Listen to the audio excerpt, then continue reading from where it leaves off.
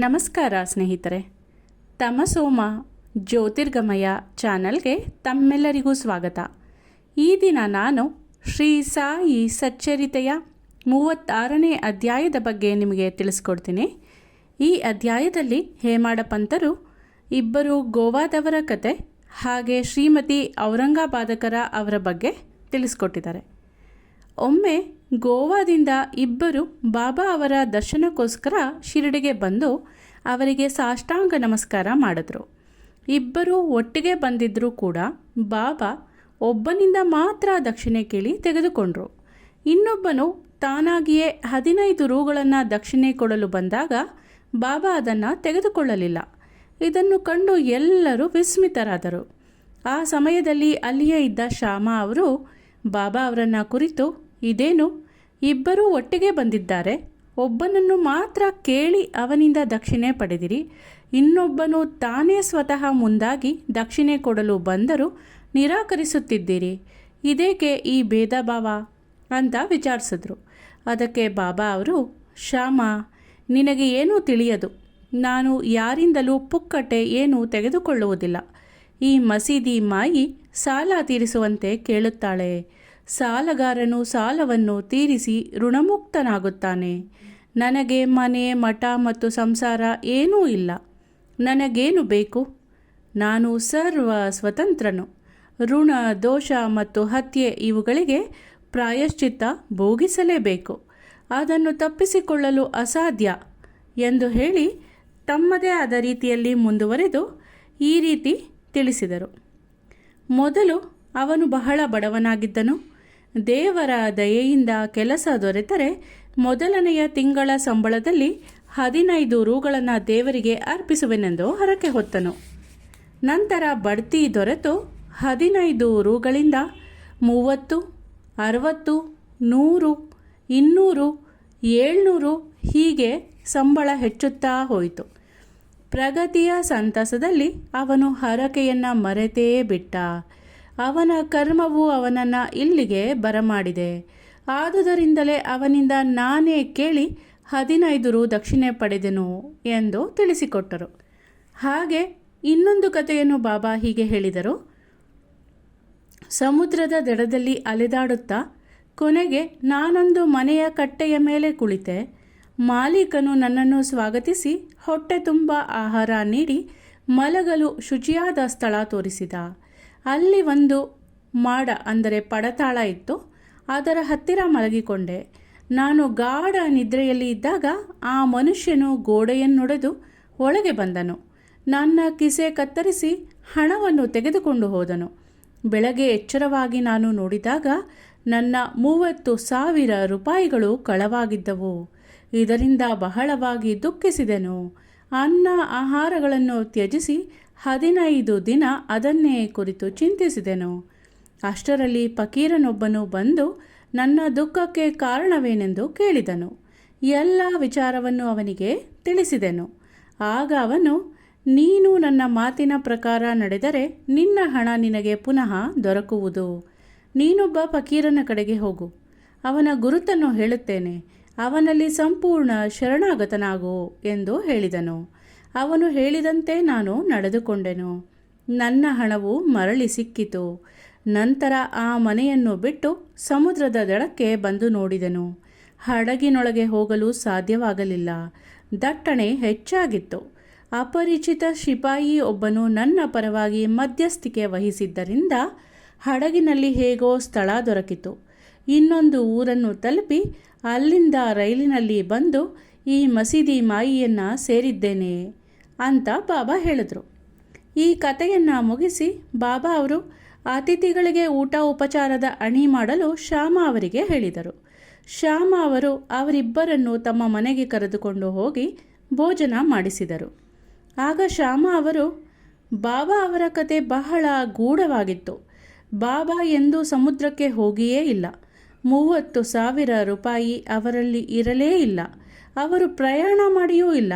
ಹಣವನ್ನು ಕಳೆದುಕೊಂಡೂ ಇಲ್ಲ. ಇದರ ಮಾತಿನ ಅರ್ಥ ನಿಮಗೇನಾದರೂ ತಿಳಿಯಿತೆ ಎಂದು ಆ ಇಬ್ಬರು ಗೋವಾದವರನ್ನು ಪ್ರಶ್ನಿಸಿದರು.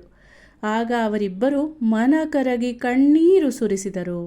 ಇಬ್ಬರು ಗದ್ಗದ ಕಂಠದಿಂದ, ಬಾಬಾ ಅವರು ಅಂತರ್ಯಾಮಿಗಳು, ಬಾಬಾ ಪರಬ್ರಹ್ಮರು, ಅವರು ಹೇಳಿದುದೆಲ್ಲವೂ ನಮ್ಮ ಬಗ್ಗೆಯೇ, ಅದೆಲ್ಲವೂ ನಮಗೆ ಸಂಬಂಧಿಸಿದುದೇ ಆಗಿದೆ.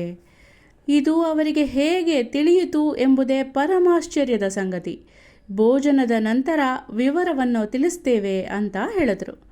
ಭೋಜನವಾದ ನಂತರ ತಾಂಬೂಲ ತಿನ್ನುತ್ತಾ ಅವರು ತಮ್ಮ ಕತೆಗಳನ್ನು ಹೇಳಲಾರಂಭಿಸಿದರು.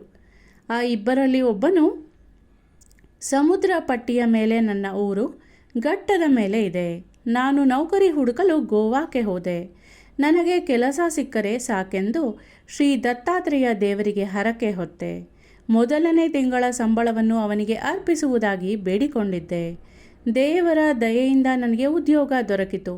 ಈಗ ಬಾಬಾ ಅವರು ಹೇಳಿದಂತೆ ನನಗೆ ಬಡ್ತಿಗಳೂ ದೊರಕಿದವು. ನಾನು ನನ್ನ ಹರಕೆಯನ್ನು ಮರೆತೆ.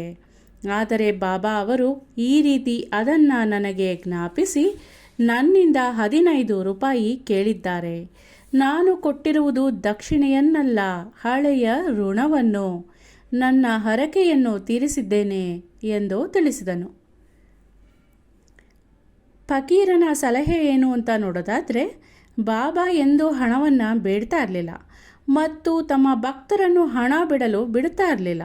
ಹಣವು ಆಧ್ಯಾತ್ಮಿಕ ಪ್ರಗತಿಗೆ ಅಪಾಯಕರವೆಂದು ತಿಳಿದು ಅವರು ಭಕ್ತರನ್ನು ಬಂಧನದಲ್ಲಿ ಸಿಲುಕಿಸಲು ಆಸ್ಪದ ಕೊಡ್ತಾ ಇರಲಿಲ್ಲ. ಈ ಸಂದರ್ಭದಲ್ಲಿ ಭಗತ ಮಾಳಸಾಪತಿಯವರ ಅನುಭವವನ್ನು ನೋಡೋದಾದರೆ, ಭಗತ ಮಾಳಸಾಪತಿಯವರು ಕಡು ಬಡವರಾಗಿದ್ದರು. ಬಾಬಾ ಅವರು ಅವರಿಗೆ ಹಣ ಕೂಡಿಡಲು ಆಸ್ಪದ ನೀಡಲಿಲ್ಲ. ದಕ್ಷಿಣೆಯಿಂದ ಬಂದ ಹಣದಲ್ಲಿ ಅವರಿಗೆ ಏನೂ ಸಹ ಬಾಬಾ ಕೊಡ್ತಾ ಇರಲಿಲ್ಲ. ಒಂದು ಸಾರಿ ವ್ಯಾಪಾರಿಯೊಬ್ಬನು ಬಂದು ಬಾಬಾ ಅವರಿಗೆ ಮಾಳಸಾಪತಿಗೆ ಕೊಡಲು ಅಪಾರ ಹಣವನ್ನು ಕೊಟ್ಟ. ಆದರೆ ಮಾಳಸಾಪತಿಯವರು ಅದನ್ನು ತೆಗೆದುಕೊಳ್ಳಲು ಬಾಬಾ ಅವರು ಸಮ್ಮತಿಸಲಿಲ್ಲ. ಅನಂತರ ಎರಡನೆಯ ಗೋವಾದವನು ಹೀಗೆ ತನ್ನ ಕಥೆಯನ್ನು ಹೇಳಿದ. ನಮ್ಮ ಅಡಿಗೆಯವನು ನನ್ನಲ್ಲಿ 35 ವರ್ಷಗಳಿಂದ ಬಹಳ ವಿಶ್ವಾಸದಿಂದ ಕೆಲಸ ಮಾಡ್ತಾ ಇದ್ದ. ದುರದೃಷ್ಟವಶಾತ್ ಅವನು ದುರ್ಮಾರ್ಗ ಪ್ರವರ್ತಕನಾಗಿ ಒಂದು ದಿನ ನನ್ನ ಎಲ್ಲ ಹಣವನ್ನು ದೋಚಿಕೊಂಡು ಹೋದ. ನಾನು ರಾತ್ರಿ ಮಲಗಿದಾಗ ಹೇಗೋ ಬಂದು ನಾನು ಗಳಿಸಿದ 30,000 ರೂಗಳನ್ನು ಅಪಹರಿಸಿದ. ಬಾಬಾ ಅವರು ಅಷ್ಟು ಹಣ ಎಂದು ಸರಿಯಾಗಿ ಹೇಳಿದ್ದಾರೆ. ಅದು ಹೇಗೆ ಅವರಿಗೆ ತಿಳಿಯಿತೋ ನಾನರಿಯೆ. ನಾನು ಹಗಲಿರುಳು ವ್ಯಥೆ ಪಡುತ್ತಾ ಕುಳಿತಿದ್ದೆ. ವಿಚಾರಣೆಯಿಂದ ಏನೂ ಪ್ರಯೋಜನವಾಗಲಿಲ್ಲ. ಹೀಗೆಯೇ 15 ದಿನ ಕಳೆದವು. ಒಂದು ದಿನ ನನ್ನ ಮನೆ ಅಂಗಳದಲ್ಲಿ ನಾನು ಯೋಚಿಸುತ್ತಾ ಕುಳಿತಿದ್ದೆ. ಆಗ ಒಬ್ಬ ಫಕೀರನು ಬಂದು ನನ್ನ ವ್ಯಾಕುಲತೆಯ ಕಾರಣವನ್ನು ಕೇಳಿದನು. ನಡೆದುದೆಲ್ಲವನ್ನೂ ಅವನಿಗೆ ಹೇಳಿದನು. ಆಗ ಅವನು, ಶಿರ್ಡಿಯಲ್ಲಿ ಸಾಯಿಬಾಬಾ ಎಂಬ ಮಹಾತ್ಮರಿದ್ದಾರೆ, ಅವರಿಗೆ ಹರಕೆ ಹೊತ್ತು ನೀನು ಅತಿ ಹೆಚ್ಚಾಗಿ ಪ್ರೀತಿಸುವ ಆಹಾರವನ್ನು ಅವರ ದರ್ಶನ ಪಡೆಯುವ ತನಕ ಸ್ವೀಕರಿಸುವುದಿಲ್ಲವೆಂದು ಸಂಕಲ್ಪ ಮಾಡು ಎಂದು ಹೇಳಿದನು. ನಾನು ಅವನು ಹೇಳಿದಂತೆ ಹರಕೆ ಹೊತ್ತು, ಬಾಬಾ, ನನ್ನ ಕಳೆದು ಹೋದ ಮಾಲು ಸಿಗದ ಹೊರತು ಮತ್ತು ನಿಮ್ಮ ದರ್ಶನ ಪಡೆಯದ ಹೊರತು ನಾನು ಅನ್ನ ಸೇವಿಸುವುದಿಲ್ಲ ಎಂದು ನಿರ್ಧಾರ ಮಾಡಿಕೊಂಡೆ. ಇದಾದ ನಂತರ 15 ದಿನ ಕಳೆದವು. ಆಗ ಓಡಿ ಹೋದ ಅಡಿಗೆಯವನು ಪುನಃ ನನ್ನ ಕಡೆಗೆ ಬಂದು ನನ್ನ ಹಣವನ್ನು ಹಿಂತಿರುಗಿಸಿದ. ನಾನು ತಲೆಕೆಟ್ಟು ಹೀಗೆ ವರ್ತಿಸಿದೆ. ನಾನು ನಿಮ್ಮ ಪಾದಗಳಿಗೆ ಎರಗುತ್ತೇನೆ, ಕ್ಷಮಿಸಿ ಅಂತ ಬೇಡಿಕೊಂಡ. ಹೀಗೆ ಎಲ್ಲವೂ ಸರಿಯಾಯಿತು. ಈ ಹಿಂದೆ ನನ್ನನ್ನು ಸಂಧಿಸಿದ ಫಕೀರನು ಪುನಃ ನನಗೆ ಕಾಣಲೇ ಇಲ್ಲ. ಅವನ ದರ್ಶನಕ್ಕೆ ತವಕ ಪಡುತ್ತಿದ್ದೆ. ಬಹಳ ದೂರದಿಂದ ನನಗೆ ಸಹಾಯ ಮಾಡಲು ಬಂದ ಫಕೀರನೇ ಬಾಬಾ ಅವರೆಂದು ಊಹಿಸಲು ಸಂದೇಹವೇ ಇಲ್ಲ. ನನ್ನನ್ನು ನೋಡಿ ನನ್ನ ಕಳೆದು ಹೋದ ದ್ರವ್ಯವನ್ನು ಮರಳಿ ಕೊಡಿಸಲು ಯತ್ನಿಸಿದ ಬಾಬಾ ಅವರು ನನ್ನ 35 ರೂಪಾಯಿಗಳಿಗೆ ಆಸೆ ಪಡುತ್ತಾರೆಯೇ? ಎಂದಿಗೂ ಇಲ್ಲ. ಹೀಗೆ ಯಾರಿಂದಲೂ ಏನೂ ಅಪೇಕ್ಷಿಸದೆ ನಮ್ಮನ್ನು ಧಾರ್ಮಿಕ ಪಥದ ಕಡೆಗೆ ಸಾಗಿಸಲು ಬಾಬಾ ನಿರಂತರ ಪ್ರಯತ್ನ ಪಡುತ್ತಿದ್ದಾರೆ. ಕಳೆದು ಹೋದ ಧನವೆಲ್ಲ ಮರಳಿ ದೊರೆತು ನನಗೆ ಪರಮಾನಂದವಾಯಿತು. ಈ ರೀತಿ ಆನಂದದ ಉನ್ಮಾದದಲ್ಲಿ ನಾನು ನನ್ನ ಹರಕೆಯನ್ನು ಮರೆತು ಬಿಟ್ಟೆ. ಮುಂದೆ ನಾನು ಒಂದು ದಿನ ಕೊಲಬಾದಲ್ಲಿ ವಿಶ್ರಮಿಸುತ್ತಿದ್ದಾಗ ಬಾಬಾ ಅವರನ್ನು ಕನಸಿನಲ್ಲಿ ಕಂಡೆ. ಆಗ ನಾನು ಶಿರಡಿಗೆ ಹೋಗಬೇಕೆಂಬುದು ನನಗೆ ನೆನಪಾಯಿತು. ಗೋವಾಕ್ಕೆ ಹೋಗಿ ಅಲ್ಲಿಂದ ಶಿರಡಿಗೆ ಹೊರಡಬೇಕೆಂದು ನಿರ್ಧರಿಸಿದೆ. ಮುಂಬಯಿಗೆ ಹೋಗುವ ಹಡಗನ್ನು ಹತ್ತಲು ಬಂದರಿಗೆ ಹೋದೆ. ಸ್ಥಳವಿರಲಿಲ್ಲ.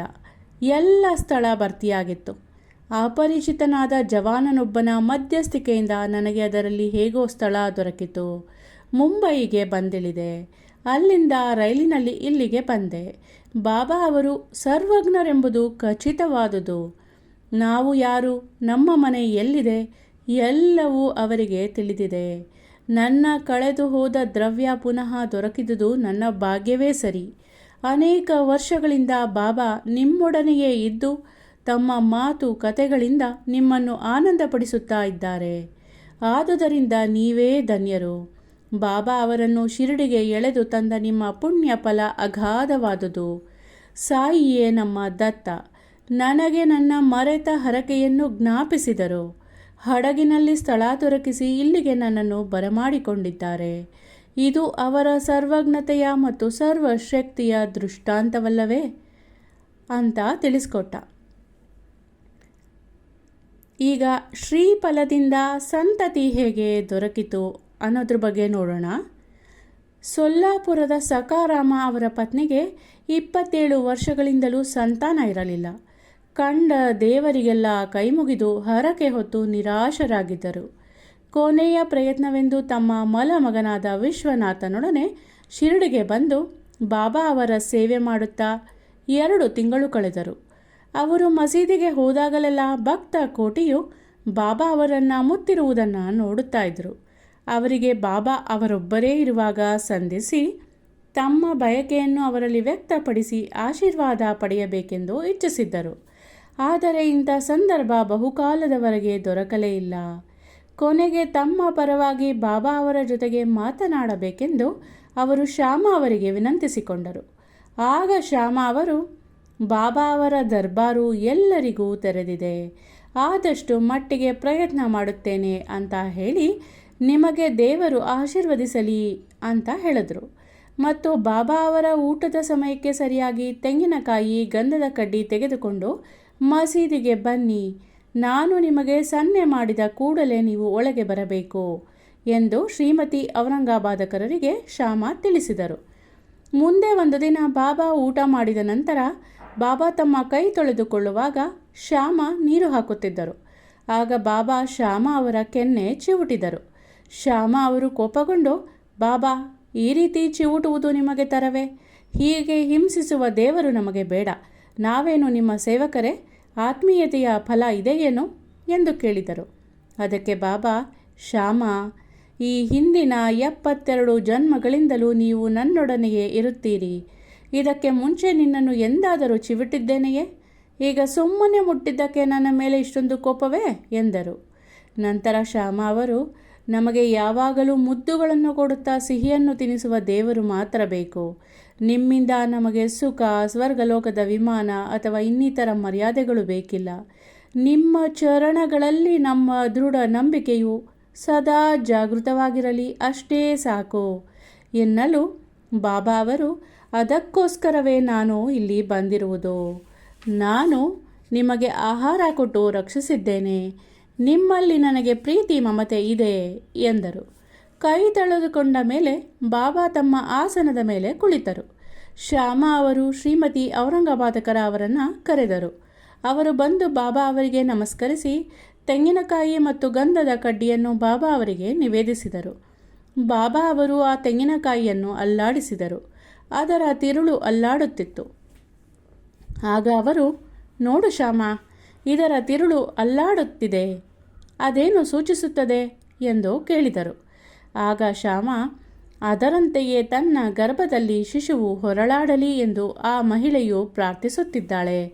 ಆಶೀರ್ವದಿಸಿರಿ, ಆ ತೆಂಗಿನಕಾಯಿಯನ್ನು ಕೊಡಿ ಎಂದರು. ಬಾಬಾ ಅವರು, ತೆಂಗಿನಕಾಯಿ ಸಂತತಿ ದೊರಕಿಸುತ್ತದೆಯೇ? ನೀವೆಂತ ಮೂಢರು ಎಂದು ಹೇಳಿದರು. ಅದಕ್ಕೆ ಶ್ಯಾಮ, ನಿಮ್ಮ ನುಡಿಯೇ ನಿಮ್ಮ ಆಶೀರ್ವಾದ. ಅದು ಸಂತಾನ ನೀಡುವುದೆಂದು ನನಗೆ ಗೊತ್ತಿದೆ. ಸುಮ್ಮನೆ ನನ್ನೊಡನೆ ವಾದ ಮಾಡುತ್ತಿದ್ದೀರಿ ವಿನಃ ಆಶೀರ್ವದಿಸುತ್ತಿಲ್ಲ ಎಂದರು. ಸ್ವಲ್ಪ ಹೊತ್ತು ಈ ರೀತಿ ಸಂಭಾಷಣೆ ನಡೆಯಿತು. ಬಾಬಾ ಅವರು ತೆಂಗಿನಕಾಯಿಯನ್ನು ಶ್ರೀಮತಿ ಔರಂಗಾಬಾದಕರ ಅವರಿಗೆ ಆಶೀರ್ವಾದವಾಗಿ ಕೊಡಬೇಕೆಂದು ಕೇಳುತ್ತಲೇ ಇದ್ದರು. ಕಟ್ಟ ಕಡೆಗೆ ಬಾಬಾ ಸೋತು ಅವಳಿಗೆ ಸಂತತಿ ಲಭಿಸುತ್ತದೆ ಎಂದರು. ಶ್ಯಾಮ ಯಾವಾಗ ಎಂದು ಪ್ರಶ್ನಿಸಿದರು. ಬಾಬಾ ಇನ್ನು 12 ತಿಂಗಳೊಳಗೆ ಎಂದು ಉತ್ತರಿಸಿದರು. ಅನಂತರ ತೆಂಗಿನಕಾಯಿಯನ್ನು ಒಡೆಯಲಾಯಿತು. ಒಂದು ಭಾಗವನ್ನು ಬಾಬಾ ಅವರೇ ಇಟ್ಟುಕೊಂಡು ಇನ್ನೊಂದು ಭಾಗವನ್ನು ಶ್ರೀಮತಿಯವರಿಗೆ ಕೊಡಲಾಯಿತು. ಆಗ ಶ್ಯಾಮ ಅವರು ಶ್ರೀಮತಿ ಔರಂಗಾಬಾದಕರ ಕಡೆಗೆ ತಿರುಗಿ, ತಾಯಿ, ನನ್ನ ಮಾತಿಗೆ ನೀವೇ ಸಾಕ್ಷಿ. ಇಂದಿನಿಂದ 12 ತಿಂಗಳೊಳಗೆ ನಿಮಗೆ ಸಂತಾನ ಪ್ರಾಪ್ತಿಯಾಗದಿದ್ದರೆ ಈ ದೇವರ ತಲೆಯ ಮೇಲೆ ತೆಂಗಿನಕಾಯಿ ಒಡೆದು ಅವನನ್ನು ಇಲ್ಲಿಂದ ಓಡಿಸುತ್ತೇನೆ. ಇದಕ್ಕೆ ತಪ್ಪಿದರೆ ನಾನು ಮಾಧವನಲ್ಲ. ನಾನು ಹೇಳಿದುದನ್ನು ಶೀಘ್ರದಲ್ಲಿಯೇ ಮನಗಾಣುವಿರಿ ಎಂದರು. 1 ವರ್ಷದೊಳಗೆ ಶ್ರೀಮತಿ ಔರಂಗಾಬಾದಕರ ಅವರಿಗೆ ಪುತ್ರ ಸಂತಾನವಾಯಿತು. 5ನೆಯ ತಿಂಗಳಲ್ಲಿ ತಾಯಿ ಮಕ್ಕಳಿಬ್ಬರು ಪತಿಯೊಂದಿಗೆ ಬಾಬಾ ಅವರ ದರ್ಶನಕ್ಕೆ ಬಂದು ಸಾಷ್ಟಾಂಗ ನಮಸ್ಕಾರ ಮಾಡಿ 500 ರೂಪಾಯಿಗಳನ್ನು ಕಾಣಿಕೆಯಾಗಿ ಅರ್ಪಿಸಿದರು. ಈ ಹಣವನ್ನು ಬಾಬಾ ಅವರ ಕುದುರೆ ಶ್ಯಾಮಕರ್ಣನಿಗೆ ವಸತಿ ಸ್ಥಾನ ಕಟ್ಟಲು ಉಪಯೋಗಿಸಲಾಯಿತು. ಇಲ್ಲಿಗೆ ಈ ಅಧ್ಯಾಯ ಮುಕ್ತಾಯವಾಯಿತು. ಮುಂದಿನ ಅಧ್ಯಾಯದೊಂದಿಗೆ ಮತ್ತೆ ಭೇಟಿ ಮಾಡೋಣ. ಶ್ರೀ ಸಾಯಿ ಪ್ರಣಾಮ. ಧನ್ಯವಾದಗಳು.